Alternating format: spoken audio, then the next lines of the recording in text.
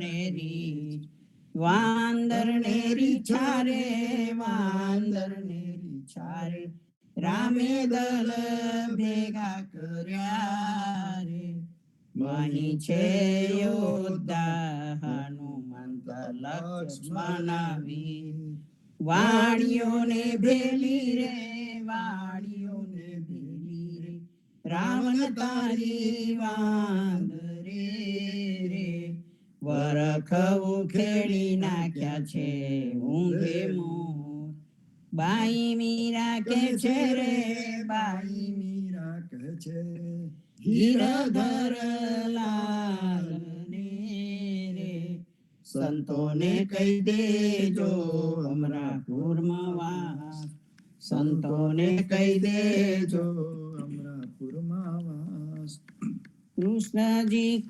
કૃષ્ણજી કેતા ઉઠો રે પ્રાણી, કૃષ્ણજી ના નામ વિના મિથ્યા રે વાણી, પ્રભાતે ઉઠીને લીજે કૃષ્ણજી નું નામ, કૃષ્ણજીએ વાસ્યું રૂડું ગોકુળિયું ગામ, કૃષ્ણજી માતા રે હમારે કૃષ્ણજી તાત, સગાને સહોદર મારે કૃષ્ણજી ભ્રાત, કૃષ્ણજીએ મામો માર્યો માસી સંહારી, પોતાના જાનીને હરિએ મુક્તિ આપી, કૃષ્ણજીએ અજામિલ તાર્યો મહા હું તો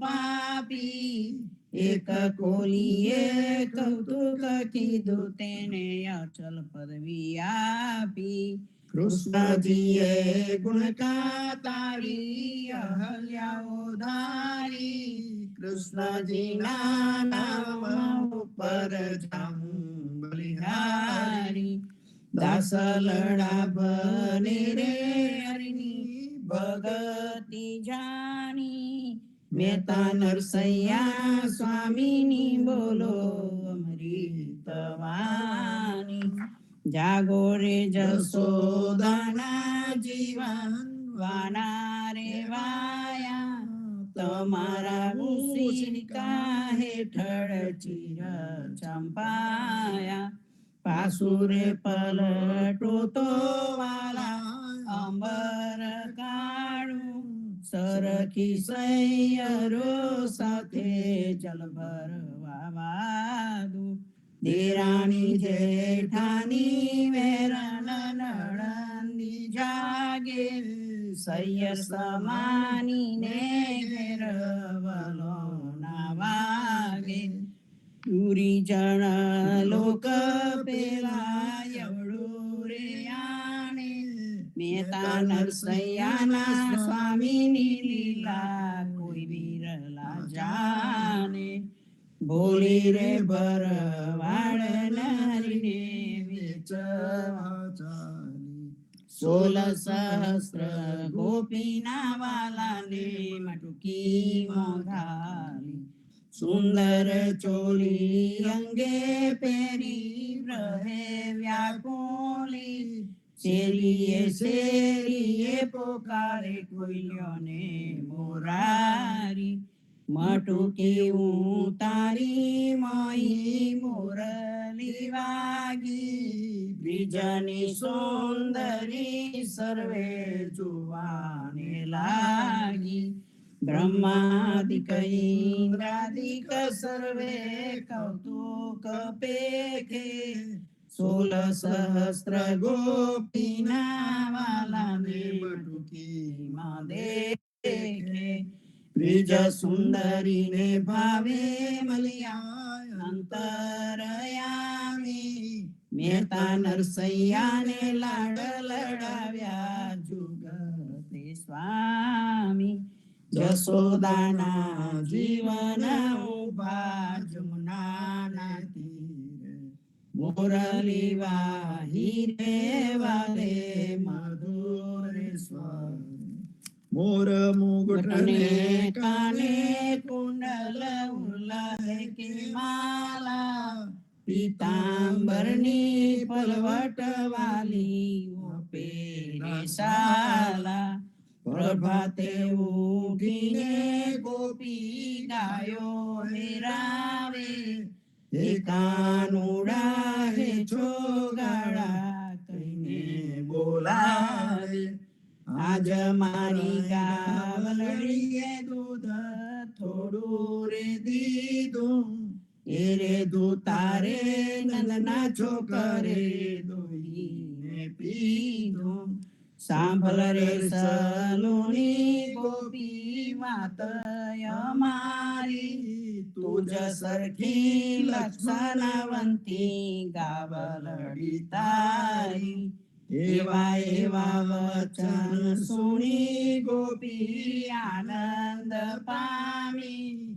ભગત ઉદાહરણ ભવદરા મેતા નરસૈના સ્વામી આજ અમને કૃપા કીધી વૈકુંઠનાથે પલંગે આવીને બેઠા અમારી સાથે પલંગ પાથરી આપો સુખિયા થાવો રસોઈની પજાવો હરી તમો જમાતા જાવો આળસડા મોડીને હારી હિંડવા લાગ્યા ઘડીએ કટકોને પ્રભુજી ઉતારો વાગા ખાડ ખાજા જલેબી ને તુવેર તલી પૂડા પૂરી અતિ ઘના મહી બેડમી ગલી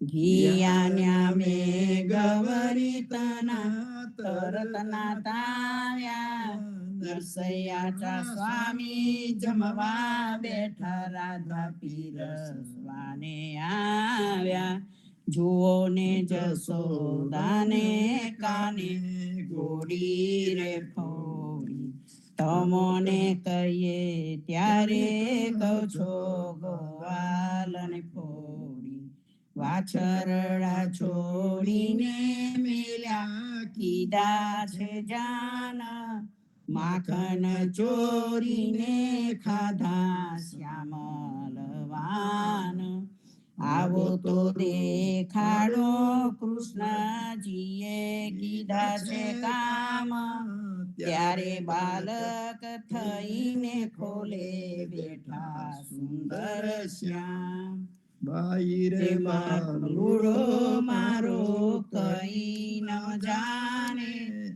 નેતા નરસૈયાના સ્વામીની લીલા વેદ વખાણે માતા રે જસોદા મુજને રમત આલો મોટા મોટા તારા વિનીને મારા ગજવે ઘાલો ચાંદલીઓ ચૂંટીને મારા હાથ મોયાલો રૂવે રૂવે ને રાતા થાય ચાંદા સામો જુએ માતા રે જસોદા હરિના આંસુ ડાલુએ ભાત ભાત ના રમકડાયા પ્યા તો એ નારી જે આકાશમાંનો ચાંદલીઓ તે લેવાને ઈચ્છે બાળકડા તો સૌને હસે કહારે થયા અજાણ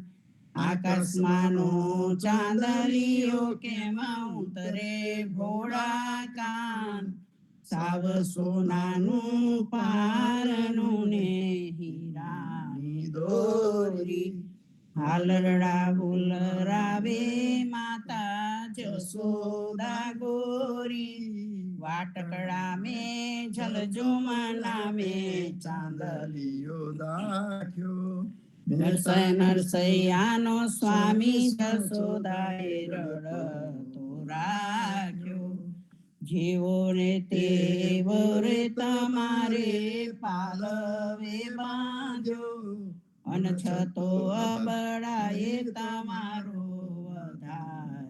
બાંધ્યો અન તેડું આંગણીએ રે આવું ને તાન્યો ના તૂટું તારા પ્રેમનો બાંધ્યો રે સખી કબહો ના છૂટું રમાડ્યો સખી જમાડ્યો જમું તમારે સમીરે ગોપી અમારે સારું પુકારે આગે જાવું ને ટુકારે રાજુ જહા નરસૈયો ગાન કરે તહા પ્રેમે હું નાચું આજ મારા નયના સફળ થયા જોયા નાથને નિરખી સુંદર વદન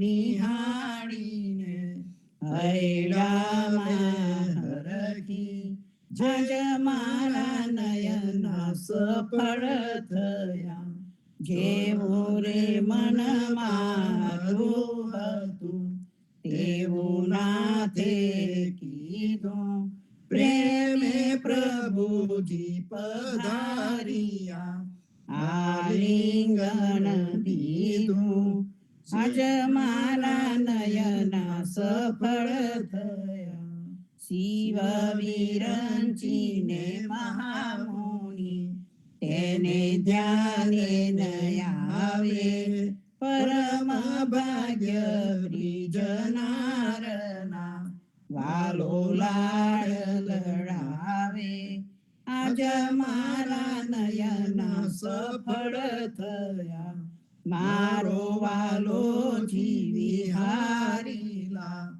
તેને જાવા ન દીજે હાથેથી હરીને નામો કીએ અંતરગત લીજે આજ મારા નયના સફળ થયા શ્યામાજી સંગ શ્યામા રમે આલાપીને ગાયે સ્વર પૂરે સહુ સુંદરી અતિ આનંદ થાય આજ મારા નયના સફળ થયા ધન ધન રે જમુના તટ ધન વ્રજનો રે વાસ પરમ ભાગ્ય આ ભૂમિના વાલો રમિયા છે રાસ આજ મારા નયના સફળ થયા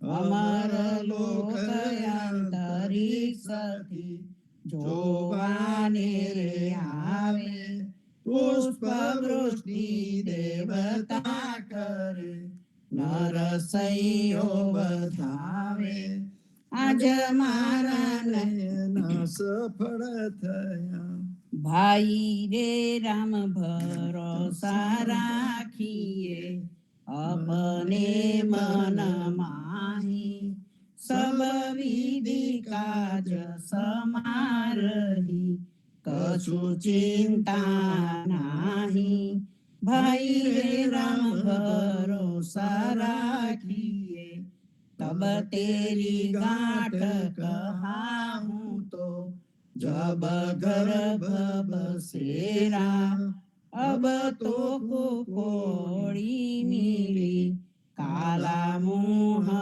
तेरा भाई रे राम भरोसा राखिए पशु पंखी अजगर गना बहु कीट पतंगा सबको भक्षण देत है प्रभु सबके संगा भाई रे राम भरोसा राखिए सिंधु सरिता पोकर कुआ घर राख्या पानी खाली काहू न पेखिए ऐसी अकथ कहानी भाई रे राम भरोसा राखिए बैठे कबीरा राज में उतरो भव पार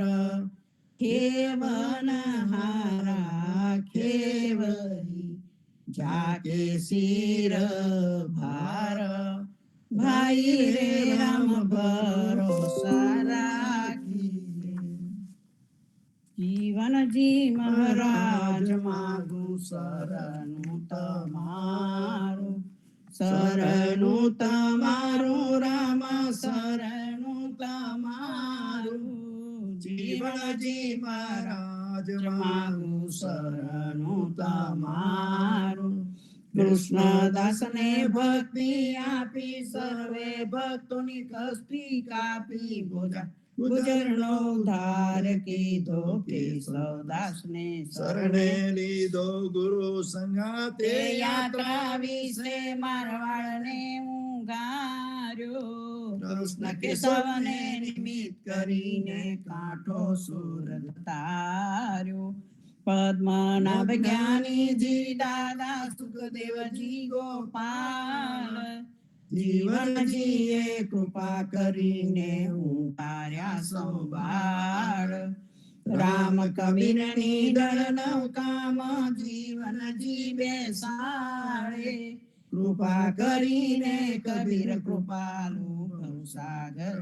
ઉતારે જીવનજીના બાળ ગોપાલો રામ કબીર ઉચ્ચારો ભવસાગર થી તરવાનો એ સુંદર છે બહુમારો અનન્ય ભક્તિ નમ નિષ્ઠાને સત્સંગતિને ધારો વિશ્વાસ ને દૂષિત ભોજન સલીલ સંગને તારો નિશંકા હોય ને ભજન કરો તો નામ પડે તત્કાળ મુજ પાપીને શરણે લીધો એવા દીન દયાલ સદગુરુ જીવન છોડી જનામ જીવન કૃષ્ણ જીવન રામ સદગુરુ જીવન છોડી જનામ જીવન કબીર જીવન રામ હર મા બાપ કૃપા કરીને કાનમ પાલવ ગારી જીવનજી મહારાજ માગું શરણું તમારું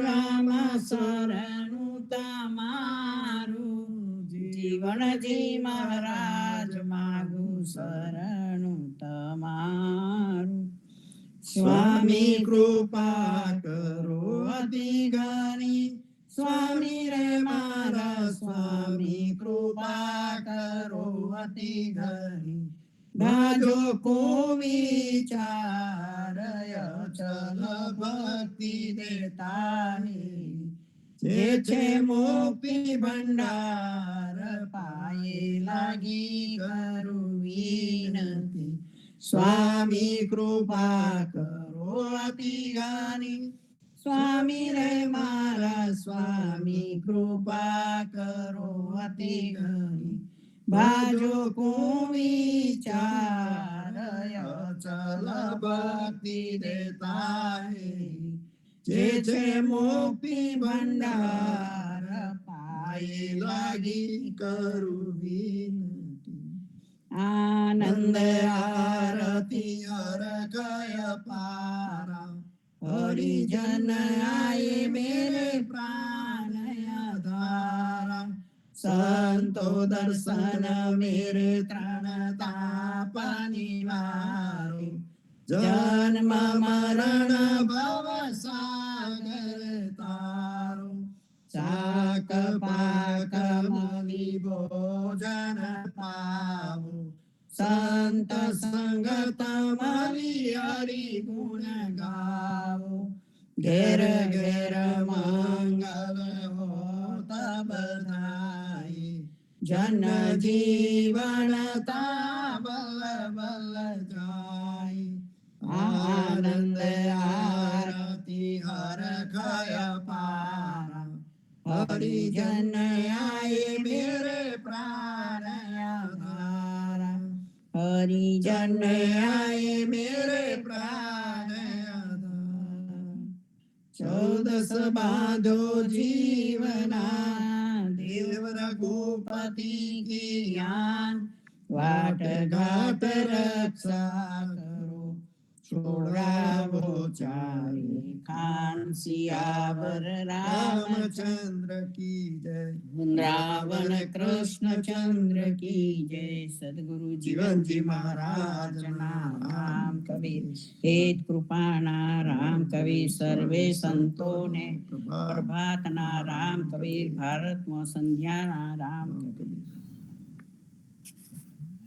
राम कबीर सर्व संतो भक्तों ने प्रभात ना राम कबीर भारत में संध्या ना राम कबीर स्वामी परिवार ने राम कबीर जीवनजी महाराज ने गादी ने તેમના ક્રાંતિકારી વિચારોને સાદર સપ્રેમ રામ કબીર। સંતો આપણે સંત સંગત કરતા રહીએ છીએ। જીવનજી મહારાજે આ સુંદર પ્રણાલીનું સ્થાપન કર્યું, એક આપણને સુંદર સ્ટ્રક્ચર આપ્યું અને સુંદર સ્ટ્રક્ચર પ્રમાણે આપણે આપણું જીવન જીવતા જઈએ છીએ। આપણા સમાજના દરેકે દરેક ઉત્સવ હોય, તહેવાર હોય, સમા હોય, એની અંદર આપણે ફક્ત ને ફક્ત પ્રેમ ભક્તિના કીર્તનો જ ગાતા હોઈએ છીએ અને પોતાનો પ્રેમ ભાવ વ્યક્ત કરતા હોઈએ છીએ અને હંમેશા ને હંમેશા કોઈ પણ આમંત્રણની જરૂર નહીં। આપણા દરેક પ્રસંગની અંદર જાહેર આમંત્રણ હોય।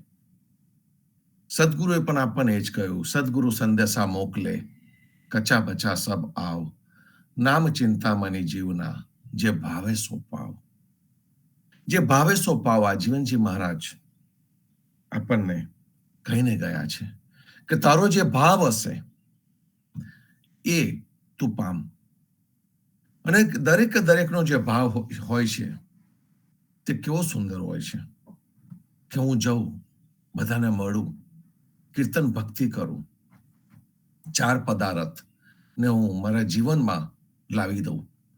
આ એક ભાવ હોય છે સંતો, અને આ ભાવની અંદર ઉદા ભક્તો રહે કે રહેતા હતા અને રહેશે એ એનો સાચો અર્થ સમજી શકે। તમે ગમે એટલા દૂર હોય, ગમે એટલા નજીક હોય, ગમે તે જગ્યા પર બેઠા હોય, પણ તમારા મનની અંદર આ ભાવ હોય, જે ભાવે સો પાવ, એ ભાવ હોય તો ચોક્કસ જ તમે એને પામી શકો। જે ગયો વીકેન્ડ ગયો એમાં ઘણા બધા કાર્યક્રમો હતા। એમાં આપણો રામનવમીનો પણ કાર્યક્રમ હતો, રામનવમીનો સમો હતો, સમાની ઉજવણી થઈ સંતો। જ્યાં જ્યાં પણ ઊંધા ભક્તો છે ત્યાં ઉજવણી થાય છે। લોવલમાં થઈ, ન્યૂજર્સીમાં,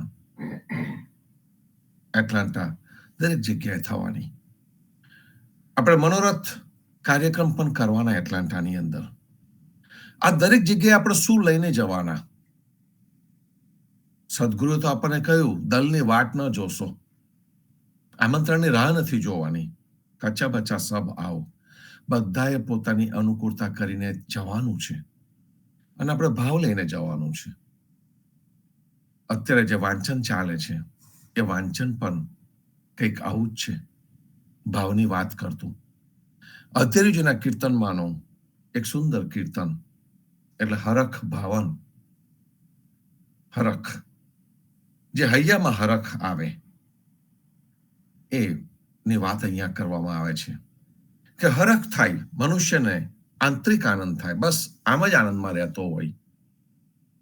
એક વસ્તુ માર્ક કરીએ આપણે કે જે માણસ માનસિક અને શારીરિક રીતે સ્વસ્થ છે, જેનું તન સારું છે, જેનું મન સારું છે, જેનું હૃદય સારું છે, જે નિર્મળ થયેલો છે, જે સ્વસ્થ છે, એ જે સ્વસ્થ છે એ મનુષ્ય હંમેશા ને હંમેશા આનંદમાં રાચતો હોય છે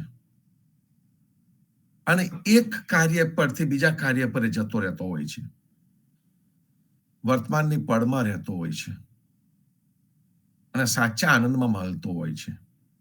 સંતોનું જીવન પણ કંઈક એવું જ છે, એ હંમેશા ને હંમેશા માનસિક રીતે, આત્મિક રીતે સ્વસ્થ હોય છે અને માનસિક અને આત્મિક રીતે જે સ્વસ્થ હોય એનું તન પણ સ્વસ્થ હોય, અને કદાચ તન એનું સ્વસ્થ ન પણ હોય તો પણ માનસિક રીતે એટલા સ્વસ્થ હોય છે કે એમનું તન પણ એમની સાથે સાથે ચાલતું હોય છે.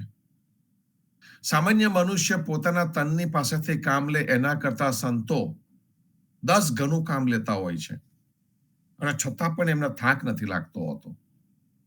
શરીર છે એટલે ચોક્કસ જ કે તમને ક્ષીણ થવાનું, કષ્ટ આપવાનું, એમાં રોગ આવવાનો. પણ હું અત્યારે જે વાત કરી રહ્યો છું તે આની જ વાત કરી રહ્યો છું કે જે માનસિક રીતે આત્મિક રીતે સ્વસ્થ છે એ મનુષ્ય હંમેશા ને હંમેશા કંઈક ને કંઈક કર્યા કરવાનો અને પોતાના લય માટે, પોતાના આનંદ માટે કરતો રહેતો હોય છે. અને જ્યારે પોતાના લય અને પોતાના માટે આનંદ કરતો હોય અને એને ખબર છે કે સાચું શરણ કોનું લેવાનું છે, કોની સાથે રહેવાનું છે, અને જ્યારે એને ખબર પડે છે કે મારે સંગ કોનો કરવાનો છે અને અસંગ કોનો કરવાનો છે, એ જ્યારે એને ખબર પડી જાય તે વખતે એ સાચી સંત સંગતમાં લાગેલો રહે છે. અને જે સાચી સંત સંગતમાં લાગેલો રહે છે એનો અર્થ એવો નથી કે ફક્ત ને ફક્ત માળા લઈને બેસી રહેવું કે ફક્ત ને ફક્ત કીર્તન ગાતા બેસી રહેવું નથી. એનો અર્થ એ નથી. એનો અર્થ એ જ છે કે કોક ને કોક સારા કાર્યમાં લાગેલા રહેવું. એ સ્વસ્થ મનુષ્યની નિશાની છે. અસ્વસ્થ મનુષ્ય હોય, જે શારીરિક તકલીફ વાળું હોય, રૂગ્ન હોય, રોગ વાળું હોય, અને રોગ એટલે ફક્ત શરીરના રોગની વાત લઈને નથી બેઠો, પણ મનના રોગો પણ લઈને ઘણા બધા બેઠેલા હોય છે. જેના જીવનની દ્રષ્ટિ ફક્ત પેલા નાના કોચલાની અંદર જ સમાઈ ગઈ હોય, એવું જે જીવન જીવતા હોય, એ પોતાની શક્તિ કોકની ઉપર, કોક વસ્તુ ઉપર પ્રભાવ પાડવાનો પ્રયત્ન કરતા હોય છે. ટ્રાઇંગ ટુ ઇન્ફ્લુઅન્સ, પ્રભાવ પાડવાનો પ્રયત્ન કરે. હું અહીંયા છું, હું અહીંયા બેઠેલો છું. એક અહંકાર રૂપી ભાવ એની અંદર આવતો હોય છે. અને જે અહંકાર રૂપી ભાવ જે આવતો હોય છે એનાથી એ પ્રભાવ પાડવાનો પ્રયત્ન કરે અને મોટા ભાગે એ વહેતો પ્રવાહ નથી, અને એ વહેતો પ્રવાહ નથી એના લીધે એ કુપ્રભાવ પાડે. અને એટલે તો આપણામાં આવ્યું, ફરે તે ચરે અને બાંધે તે ભૂખે મરે. એ ફિઝિકલી ભૂખે નહીં મરતા હોય, કારણ કે ભગવાને વ્યવસ્થા કરેલી છે દરેકના માટે, પણ બાંધ્યો તે ભૂખે મરે. એનો અર્થ એવો થયો કે એનો જે સુંદર વિકાસ થવો જોઈએ એ સુંદર વિકાસ નથી થતો હોતો. મનુષ્યનું જીવન બંધિયાળ ન થઈ જાય એના માટે જીવનજી મહારાજે યોજના રચી કાઢી.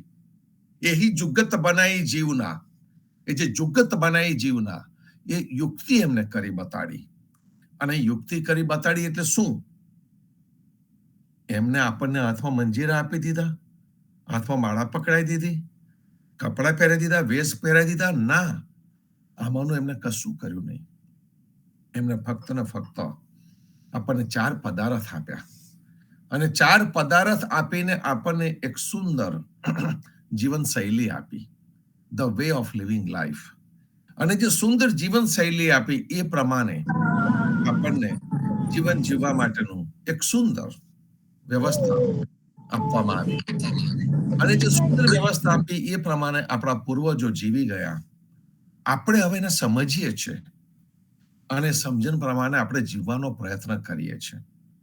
At least we are making an effort.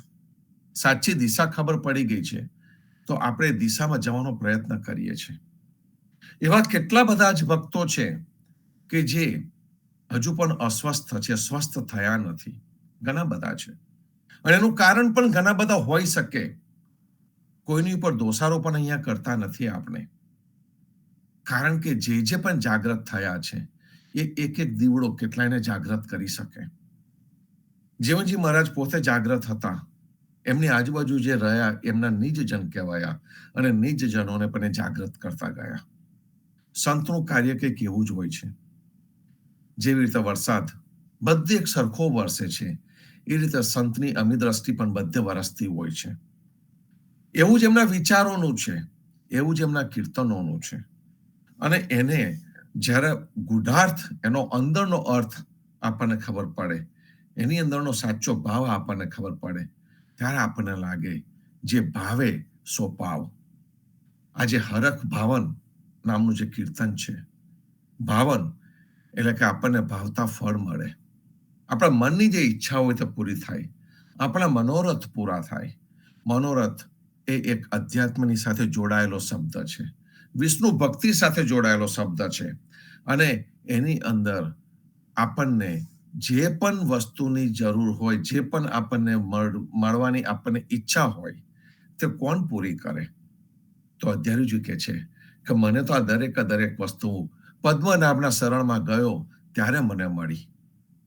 જે રીતે આપણને આપણે વળી કારજ જોયું, વડું એટલે કે મોટું કારજ, જે મોટું કાર્ય કરે, એ મોટા કાર્યની અંદર એમને દાનવોને જેટલા પણ મોટા શક્તિશાળી વસ્તુઓ હતી દરેકને પોતાના કાબુમાં રાખ્યા, એટલે એને વડી કારજ કહ્યું. લોડી કારજની અંદર આપણને કહ્યું કે શરણાગતનું શરણું તું લે, શરણમાં તું જા, અને પદ્મનાભના શરણમાં ગયા અને અધ્યારુજી હરખમાં આવી ગયા. અને અધ્યારુજી હરખમાં આવી ગયા અને એમણે કહ્યું હરખ ભાવન. અને એમણે કેટલા સુંદર શબ્દોમાં શરૂઆત કરી. જે ધ્રુવપદ આપ્યું છે એ એમ કરો એમ કહ્યું. અધ્યારુજીને આનંદ થયો છે. અધ્યારુજી કહે છે કે કેટલું સરસ વાતાવરણ એક ઊભું થયું છે, અને આ સુંદર વાતાવરણ છે ને એને બધી જગ્યાએ ઊભું કરી દો. આખા બ્રહ્માંડમાં આવું વાતાવરણ ઊભી કરી દો. ઘેર આવું વાતાવરણ ઊભું કરો કે જે વાતાવરણમાં ફક્ત ને ફક્ત એના શરણમાં જ અમે રહીએ, અને અમારા જે મન વાંછિત જેટલા પણ ફળ છે એ મન વાંછિત અમે પામી શકીએ. અમને માનસિક, શારીરિક અને આત્મિક સુખ શાંતિ મળે. બહુ સુંદર ભાવ આ કીર્તનમાં છે, હરખ ભાવન. અને કેટલી જાતના ભાવ આપણી અંદર હોય છે.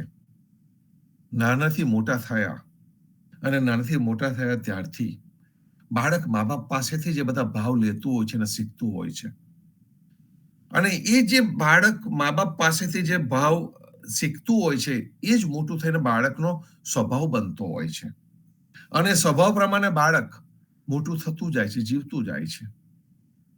જેનું કુટુંબની શાળા, જે કુટુંબમાં જે સુંદર વસ્તુઓ શીખે, જે પ્રણાલી શીખે, એ પ્રણાલી બાળક જીવન પર્યંત પકડી રાખતું હોય છે.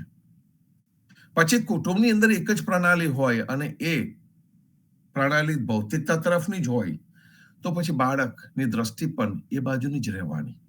મોટો થઈને પણ એનો સ્વભાવ પડી જતો હોય છે. ઉદા ભક્તોની જીવન પ્રણાલીની અંદર આ સુંદર સમન્વય હતો, ભૌતિકતાનો, આધ્યાત્મિકતાનો, આનંદનો, દરેક વસ્તુનો સમન્વય. અને સમન્વયના લીધે આપણું જીવન ખૂબ સરળ રીતે પસાર થઈ જતું હતું. હરખ ભાવનની વાત આવે તો ચોક્કસ જન્મ અને મરણ આવે. જન્મનો હરખ હોય, અને જન્મનો હરખ દરેકને હોય. વસંત ઋતુ આપણને કેમ ગમે છે? અત્યારે વસંત ફૂલ બહારમાં છે. ઘરની બહાર નીકળીએ છીએ તો નાની કૂપળો આપણને દેખાય છે, સુંદર ફૂલ દેખાય છે. સ્પ્રંગ, જમીનની અંદરથી પેલા ફનકા ફૂટીને સુંદર ફૂલ તુલિપના, ડેફોડિલના આવતા હોય છે. એના કલર્સ જોઈને, એ ફૂલની રચના જોઈને આપણને સૃષ્ટિકાર માટે ખૂબ આનંદ થતો હોય છે, સહજ આનંદ થતો હોય છે. બહુ વિચાર કરવાની એમાં જરૂર નથી હોતી. બસ એની પાસે તમે ઉભા રહો, આનંદ મેળવાય. દ્રષ્ટિથી પણ આનંદ મળે, એને ટચ કરવાથી પણ આનંદ મળે, અને જે ધીમે કરતું એ વસ્તુ ખીલી જતી હોય છે એ જોવાનો એક આનંદ હોય છે. હમણાં સ્મોકી માઉન્ટેન બાજુ ગયો હતો, અને સ્મોકી માઉન્ટેનની અંદર ખૂબ સુંદર સ્મોક એટલે કે આપણને ફોગ જેવું વાતાવરણ ઊભું થાય. એ ફોગ એક પ્રક્રિયા છે. એ પ્રક્રિયાની અંદર એ જે છોડ હોય એ છોડની અંદરથી વસ્તુઓ બહાર નીકળતી છે, એનો ભેજ બહાર નીકળતો હોય છે, અને ભેજ બહાર નીકળે અને એ સ્મોકના રૂપે પરિવર્તિત થતો હોય છે. સાથે પર્વતોની અંદર દૂરથી આવતું પોલ્યુશન પણ થોડું ઘણું ભેગું થાય છે, એટલે હેજ પણ થતો હોય છે. કહેવાનો અર્થ એ છે કે કુદરત પોતાનું કાર્ય કરતી જાય છે, અને કુદરત પોતાનું કાર્ય કરતી કંઈક ને કંઈક નવું એમાં ઊભું કરતું જાય છે. અને જ્યારે આપણે આ પ્રકારનું દ્રશ્ય જોઈએ ત્યારે આપણી અંદરનું કંઈક ને કંઈક ખીલી ઉઠતું હોય છે, અને કંઈક ખીલે તે વખતે જે આનંદ હોય છે, કંઈક ગજબ હોય છે. એ જે ભાવ એવો જ ભાવ બાળકના જન્મ વખતે મનુષ્યને થતો હોય છે, કુટુંબને થતો હોય છે. અને એ વખતે જયારે કંઠીનો પ્રસંગ આવે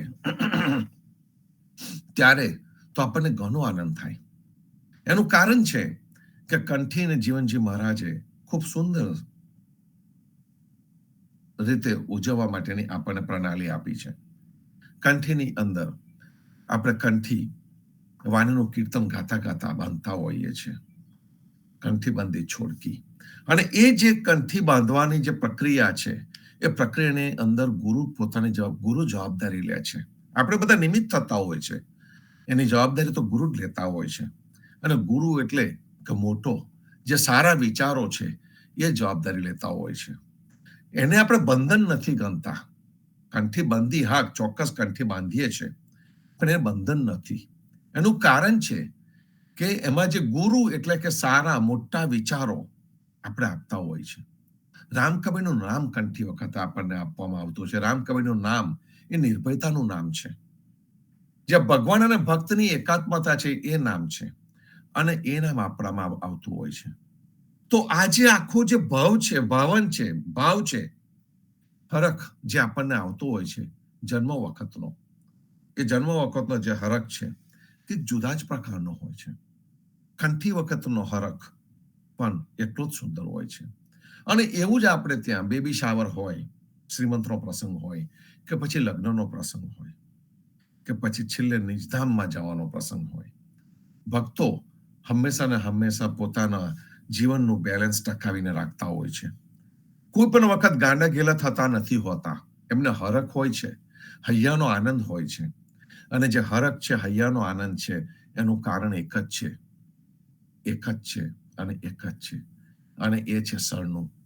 આપણે જે શરણ લીધું છે, એ શરણ આપણને એ આનંદ આપતો રહે છે. કારણ કે શરણનું કોકનું તો લેવું પડશે, પણ કોનું શરણ લેવું એ આપણને અધ્યર્યુજીએ કહ્યું. અધ્યર્યુજીએ પદ્મનાભનું શરણ લીધું, અને પદ્મનાભનું શરણ લઈને એમને જે આનંદ થયો, એ આનંદ એમને હરખ ભાવની અંદર વ્યક્ત કર્યો. અને એ વખતે અધ્યર્યુજીએ ખીલીને જે પરબ્રહ્મના જે વખાણ કર્યા છે, કે જુદી જ અનુભૂતિ પર આપણને લઈ ગયા છે. અને એની સાથે સાથે જગદીશ મહારાજ પણ આપણને ખૂબ સુંદર ભાવ આપીને ગયા છે. એની અંદર શું કરવું અને શું ન કરવું એ પણ આપણને એમાં બતાવીને ગયા છે. આ જ કીર્તનની અંદર જગદીશ મહારાજ આપણને ઓમકાર અને રરંકાર એ બંનેનો થોડોક તફાવત પણ બતાવતા જાય છે. ધીમે ધીમે કરતા ટકોરો મારતા જાય છે, અને ધીમે ધીમે જે કરતા આપણને ટકોરો મારીને કહે છે કે જે પણ આપણને જે નામ આપવામાં આવ્યું છે, એ નામને એટલું જ શુદ્ધ અને એટલું જ પવિત્ર રાખીએ. અને ઓમ જે છે, એ જે ઓમકારી ભક્તિ છે, એને આપણે રરંકારી ભક્તિની સાથે ન જોડીએ. કારણ કે રરંકારની જે ભક્તિ છે, એ રા એ જે છે એની સાથે ઓમ શબ્દ લાગતો નથી હોતો. અને જ્યારે જ્યારે પણ કોઈએ પણ એને લગાડ્યો છે, તે વખતે એમનો જે હિડન એજન્ડા હોય છે એ જ એની અંદર ચાલતો હોય છે. આપણા ભક્તોની પ્રણાલીની અંદર, રરંકારની ભક્તિની અંદર જે રામનું જે નામ છે, જે આખી સૃષ્ટિમાં ગાજે છે, એ જે ગાજતું નામ છે, એ જે નામ ભક્તિ છે, એની અંદર ચોક્કસ જાને કોઈ જગ્યા નથી. જગદીશ મહારાજે આપણને ખૂબ સુંદર ભાવથી, સુંદર શબ્દોમાંથી આ શીખવાડેલું છે. સંતો સ્મોકી માઉન્ટેનમાં સવારે ચાલવા નીકળ્યો હતો કુદરતની અંદર. તે વખતે જે રીતે કબીર કાશીની શેરીઓમાં ફરવા નીકળી પડતા હતા, અને જે દેખાય બેઠા હોય, વિચાર કરતા હોય, અને એ સંવાદ કરતા હોય, એવા જ કંઈક એકાદ બે પ્રસંગો ત્યાં આગળ થયા. સવારે નીકળ્યો તે વખતે સુંદર એક ઝરણું ત્યાંથી પસાર થાય છે, સ્મોકી માઉન્ટેનમાંથી નીકળતું ઝરણું. અને સવારે ઝરણા પાસે ફિશરમેન, પેલી માછલી પકડનારા, ત્યાં આગળ લાગી જાય છે. અને એ લોકો સ્પેશિયલ પ્રકારના કપડા પહેરેલા હોય છે કે જેથી એમના પગ પલળે નહીં, અને પેલા ઓછા પાણીમાં એ લોકો જઈ પણ શકે. અને જગ્યાએ બેસીને પેલું માછલીને પકડવા માટેનો એમનું જે સાધન હોય, એનાથી પેલા વાયરને પાણીમાં નાખે. પાણીમાં નાખે અને પછી આશા રાખે કે એમાં કંઈક પકડાય ને પછી પાછા એને વીંટવા માંડે. આપણે બધાએ આ જોયેલું છે ફિશિંગ કેવી રીતે થતું હોય છે. અને ફિશિંગની અંદર એની પોતાની પેશન્સ હોય છે, પોતાની ધીરજ હોય છે કે કંઈક પકડાશે આની અંદર. ઇટ્સ રિક્રિએશન કે ઘણા લોકો એને ફક્ત આનંદ શોખની વસ્તુ હોય છે. અને ઘણી વખત કોક જગ્યાએ અમુક સાઈઝની માછલી પકડાય તો તમે એને ઘેર લઈ જઈને એનું ભોજન પણ કરી શકો એવી વ્યવસ્થા કરવામાં આવેલી હોય છે વન વિભાગ તરફથી કે પછી એ જગ્યાના શહેર તરફથી.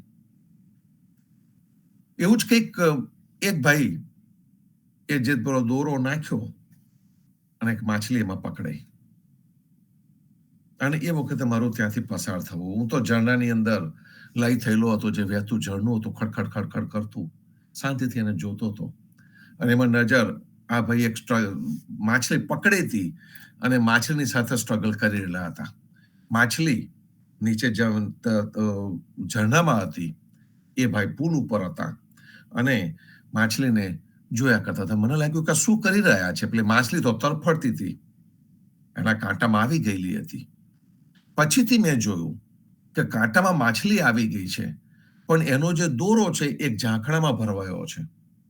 અને એ પેલી માછલીની સાથે દોરાને ગાળવાનો પ્રયત્ન પુલ ઉપર રહીને 10-12 ફૂટ ઉપર રહીને પ્રયત્ન કર્યા કરે. 2-5 મિનિટે બેરે દોરાને કદાચ ઝાંખડામાંથી કાઢી રહ્યા, પણ પછીથી એને કાંટામાંથી છૂટી કેવી રીતે કરવી? એ માછલી પકડાઈ ગઈ, પણ એને કાંટામાંથી છૂટી કરવી, એને એ માછલી હાથમાં નથી લેવી, એને છોડી જ દેવી હતી. પણ દોરો જે રીતે ભરવાયો હતો અને માછલી જે રીતે કાંટામાં ભરવેલી હતી, એને નીકળવાનું મુશ્કેલ હતું. અને એટલા બધા ઝાડી ઝાંખડા હતા એના કિનારા ઉપર કે એ નીચે પણ ઉતરી શકે એમ હતો. એટલે મેં એને સરળ રીતે પૂછ્યું કે એને હેલ્પ યુ વિથ સમથિંગ, હું તને કંઈક મદદ કરી શકું ભાઈ? કારણ કે મેં જોયું કે એના મોઢાના ભાવ ઉપરથી કે એને માછલીને છોડવી હતી, પણ કેવી રીતે છોડાવી એને ખબર પડતી નથી. અને એ જગ્યા પર એ ઉતરી શકવાનો નહોતો. એટલે હું જે છેડા ઉપર ઉભો રહ્યો હતો ને, મેં એને એવું કહ્યું કે આ છેડા ઉપરથી નીચે ઉતરવાની જગ્યા સારી છે, તો તું ધીમો ધીમો કરતો એ માછલીને પાણીમાં રાખીને આ બાજુ આવી જા, તો કદાચ તું એને કાંટામાંથી મુક્તિ આપી શકે. એને કંઈક આઈડિયા ગમ્યો. એમ કરતો કરતો એ પુલની એક બાજુથી બીજી બાજુ આવ્યો.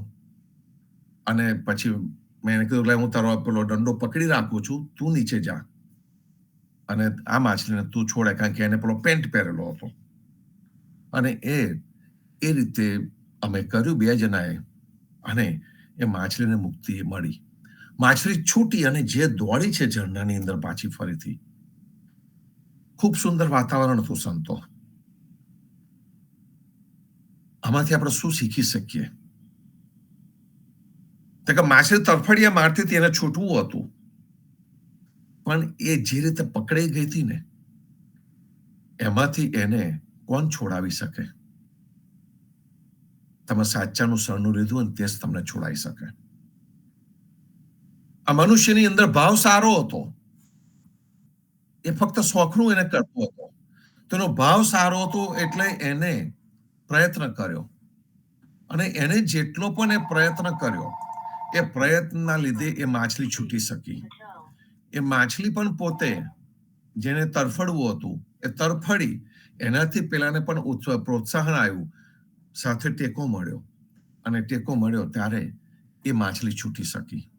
આપણા જીવનમાં પણ કંઈક એવું જ છે સંતો, કે આપણે પોતે પ્રયત્ન કરવો પડે, સાચા શરણમાં જઈએ, સાચી મદદ આપણને મળતી જાય. તે ઘડીએ આપણે પણ જે રીતે માછલી મુક્ત થઈ એ રીતે આપણે પણ મુક્ત થઈ શકીએ. વાતાવરણ ખૂબ જ સુંદર, અને એમાં પણ આ રીતે જે રીતે માછલી મુક્ત થઈ જોઈને મને આનંદ થયો, અને એને ભક્તોની સાથે સરખાવવાનું મન થયું. સંતો આવીને જે કાર્ય કરતા હોય છે એની સાથે સરખાવવાનું મન થયું. આ કદાચ આવા પ્રસંગો આપણામાંથી ઘણા બધાએ જોયા હશે, જોયું જ હશે, કારણ કે અહીં આગળ આપણને આ વસ્તુ જોવાની મળતી હોય છે. પણ મને ખૂબ આનંદ થયો કે જ્યારે એ જે ભાઈ હતા જે ફિશિંગ કરતા હતા, એને પણ એ માછલીને છોડવાની ઈચ્છા હતી. અને જ્યારે આ થાય ત્યારે આપણે કંઈક ને કંઈક કુદરત શીખવાડતી જતી હોય છે. તો સંતો આ જે સુંદર ભાવ છે હરખ ભાવનનો, એ હરખ ભાવન આપણા સર્વેની અંદર ખૂબ જ સુંદર રીતે જાગૃત થતું રહે. અને મેં કહ્યું એ પ્રમાણે આપણે સ્વસ્થ રહીએ. કારણ કે જે અસ્વસ્થ છે એ ખોટો પ્રભાવ પાડવાનો પ્રયત્ન કરશે. જે સ્વસ્થ છે એ હંમેશા ને હંમેશા સારો પ્રભાવ પાડવાનો પ્રયત્ન કરશે. તો આપણે માનસિક રીતે, આધ્યાત્મિક રીતે, શારીરિક રીતે સ્વસ્થ રહીએ. સ્વસ્થ રહીને સાચું શું છે તેનું શરણ ગ્રહણ કરીએ અને સુંદર ભાવથી રહીએ. ખોટો પ્રભાવ કોઈની પણ ઉપર પાડવાનો આપણે પ્રયત્ન ન કરીએ. ખૂબ સુંદર ભાવ છે સંતો.